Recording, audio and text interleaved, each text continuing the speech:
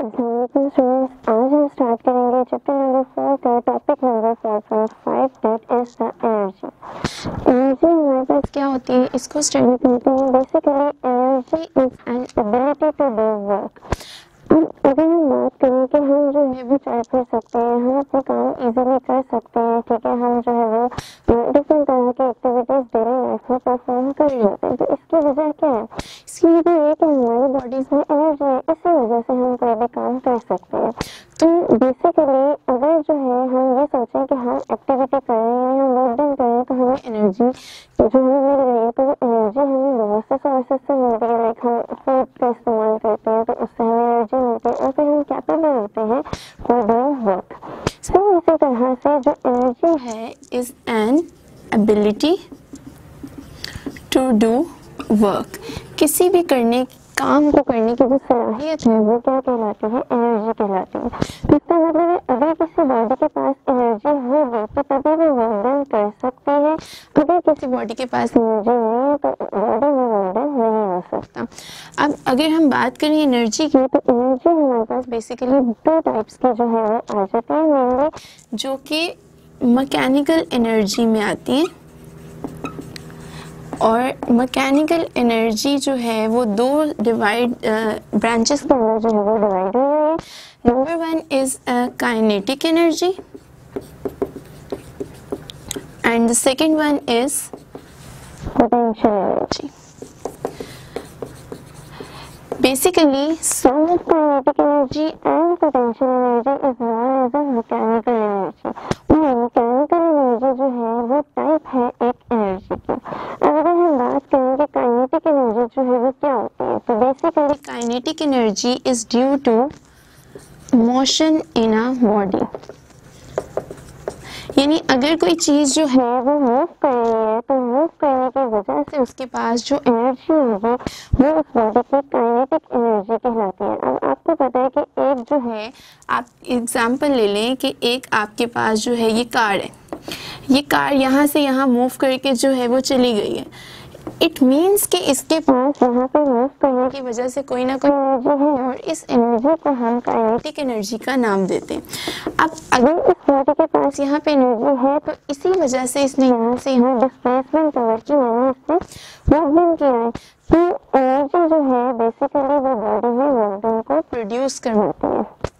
फिर इसी तरह पोटेंशियल एनर्जी जो है वो बॉडी में पोजीशन की वजह से आती है। ठीक है, कोई भी बॉडी अगर कुछ पोजीशन जो है वो अटेन कर ले या कोई डिस्टेंस कवर कर ले या कोई हाइट जो है वो अप्रोच कर ले, तो इस टाइप की वजह से बॉडी में जो एनर्जी आती है वो होती है उसकी पोटेंशियल एनर्जी। एग्जाम्पल लेके अगर बात करें तो आप ये ज्यूम कर लें कि ये हमारे पास जो रीजन है पूरा, ये ग्रेविटेशनल फील्ड का रीजन है।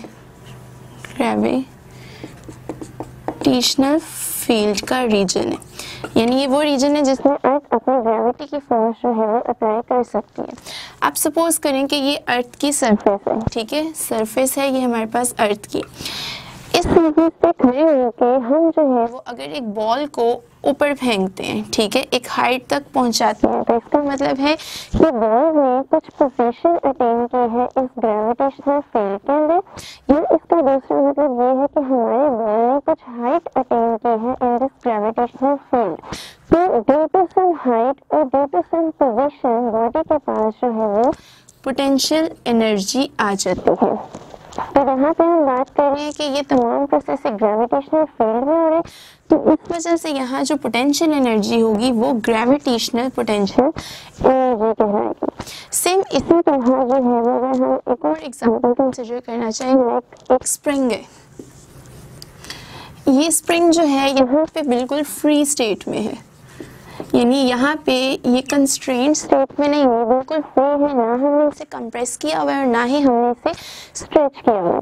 बट अगर हम अब इस जो स्प्रिंग है इसे खींच के जो है वो स्ट्रेच कर लेते हैं, तो अगेन क्या हुआ, इस स्प्रिंग ने अपनी पोजीशन को चेंज किया, तो again due to the change in position वो अब कंस्ट्रेंट पोजीशन में आ गई। ठीक है, वो फ्री पोजीशन में नहीं है, ये अब किस पोजीशन में आ गई है? कंस्ट्रेंट पोजीशन में आ गई है, यानी इसको हमने स्ट्रेच कर लिए।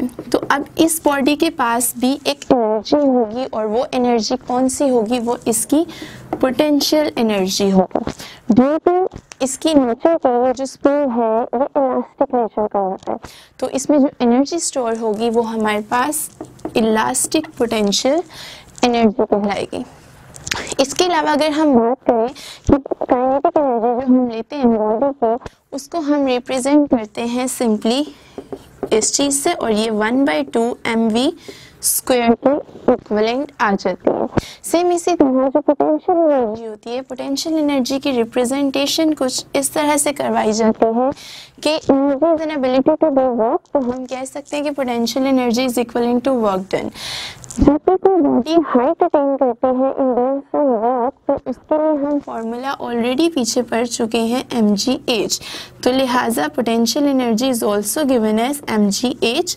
और ये जो पोटेंशियल एनर्जी है ये बेसिकली ग्रेविटेशनल पोटेंशियल एनर्जी के फॉर्मूला को रिप्रेजेंट करेंगे, बिकॉज इसमें हमने हाइट को डिस्कस किया है और हाइट की वजह से हमेशा एनर्जी ग्रेविटेशनल पोटेंशियल एनर्जी होती है, और कंस्ट्रेंट पोजीशन की वजह से इन अ स्प्रिंग और इलास्टिक, तो बॉडी के पास जो एनर्जी है वो इलास्टिक पोटेंशियल एनर्जी कहलाती है। अब अगर हम इसी पॉइंट को मजीद थोड़ा सा एलाबोरेट करना चाहें कि पोटेंशियल एनर्जी की मेजरमेंट के लिए क्या पैरामीटर्स जो हैं वो ज़रूरी हैं, पोटेंशियल एनर्जी की जो है वो हम बात करें, तो जब भी हमें पोटेंशियल एनर्जी बॉडी की मेजर करनी होती है तो उसके लिए हमें ज़रूरत होती है रेफरेंस पॉइंट की।